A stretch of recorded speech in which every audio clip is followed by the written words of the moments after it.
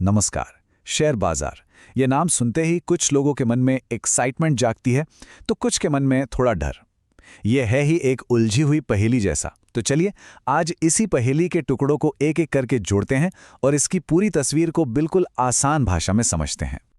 ये सवाल तो शायद हर किसी के मन में आता है ना, कि आखिर ये क्या खेल है कि कुछ लोग तो शेयरों से अच्छी खासी दौलत बना लेते हैं, जबकि कई लोग अपनी मेहनत की कमाई भी गंवा बैठते हैं। तो चलिए आज इसी रहस्य को समझने के लिए पहली सीढ़ी चढ़ते हैं।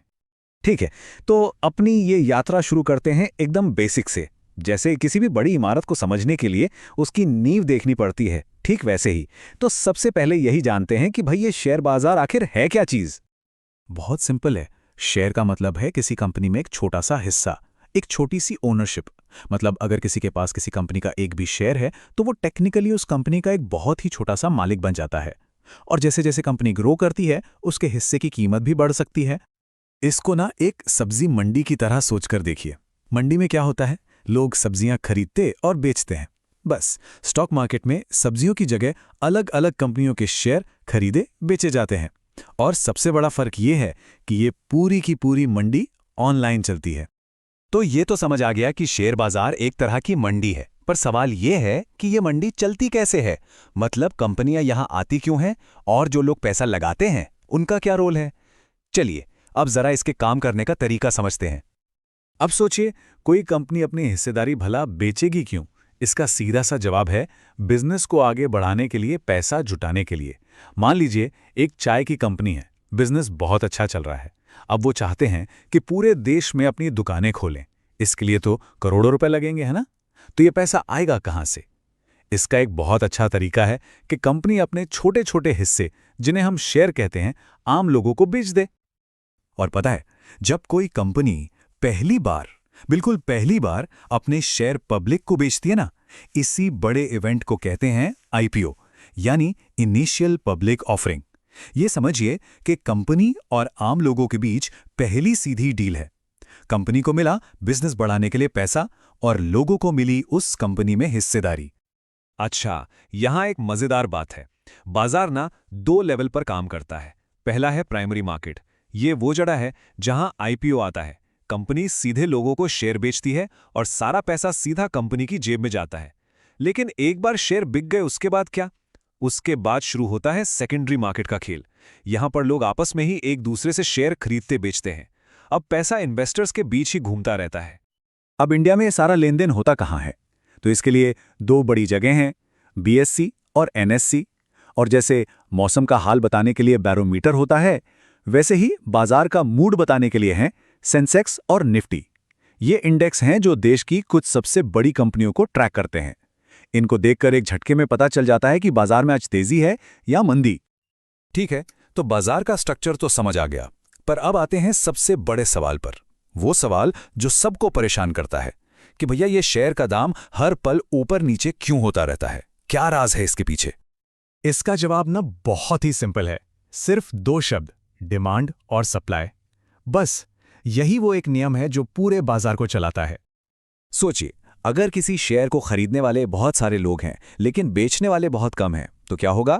जाहिर है उसकी डिमांड बढ़ जाएगी, और जब किसी चीज की डिमांड बढ़ती है तो उसकी कीमत भी ऊपर जाती है।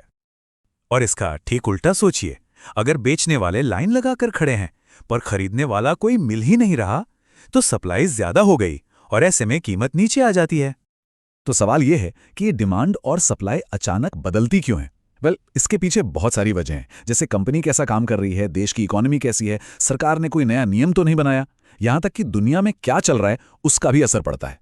लेकिन इन सबसे ऊपर दो चीजें हैं जो बाजार को असल में चलाती हैं, डर और लालच। जब बाजार में लालच होता है तो लोग खरीदते हैं और कीमत ऊपर जाती है, और जब डर फैलता है तो लोग बेचने लगते हैं और कीमत नीचे गिरती है। ठीक है, थ्योरी तो बहुत हो गई। अब बात करते हैं प्रैक्टिकल चीजों की। मान लीजिए किसी को बाजार में शुरुआत करनी है, तो उसे क्या क्या चाहिए होगा? चलिए देखते हैं। शेयर खरीदने का प्रोसेस ना बस 3 आसान स्टेप्स का है। स्टेप 1, एक ट्रेडिंग अकाउंट से ऑर्डर प्लेस किया जाता है।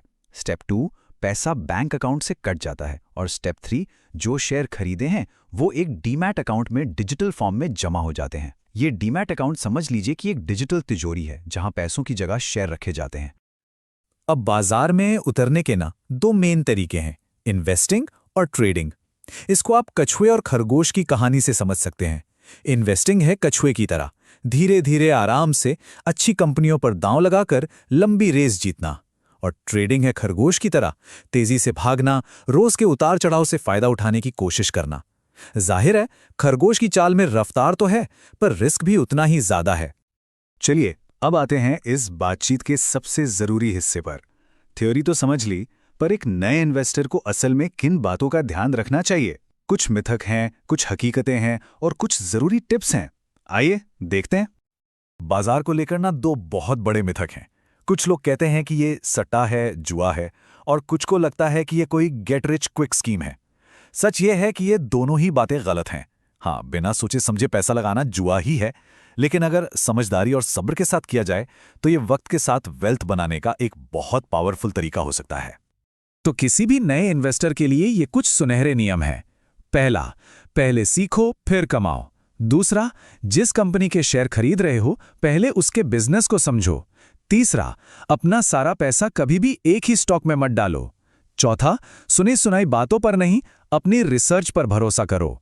और सबसे जरूरी नियम, बाजार में सिर्फ वही पैसा लगाओ जिससे खोने का डर न हो। आखिर में एक बात याद रखने वाली है, बाजार में सफलता का कोई सीक्रेट फॉर्मूला नहीं है। ये बस 3 चीजों का कॉम्बिनेशन है, नॉलेज, पेशेंस और डिसिप्लिन। यानी सही ज्ञान, मुश्किल समय में टिके रहने का धैर्य और अपने प्लान पर बने रहने का अनुशासन। ये तीनों चीजें साथ मिल जाएं तो लॉन्ग टर्म में सफल होने के चांस बढ़ जाते हैं। तो अब जब ये सारी बेसिक बातें साफ हैं, तो असली सवाल ये है कि सीखने की इस जर्नी में अगला कदम क्या होगा? क्या किसी अच्छी कंपनी की एनुअल रिपोर्ट पढ़ी जाए या फिर इन्वेस्टमेंट पर कोई अच्छी किताब उठाई जाए? सोचिएगा जरूर। अपनी नॉलेज को इसी तरह बढ़ाते रहने के लिए हमारे YouTube चैनल को जरूर सब्सक्राइब करें। और अगर आप ये कंटेंट Facebook पर देख रहे हैं तो हमारे पेज को फॉलो करें, वीडियो को लाइक और शेयर करें।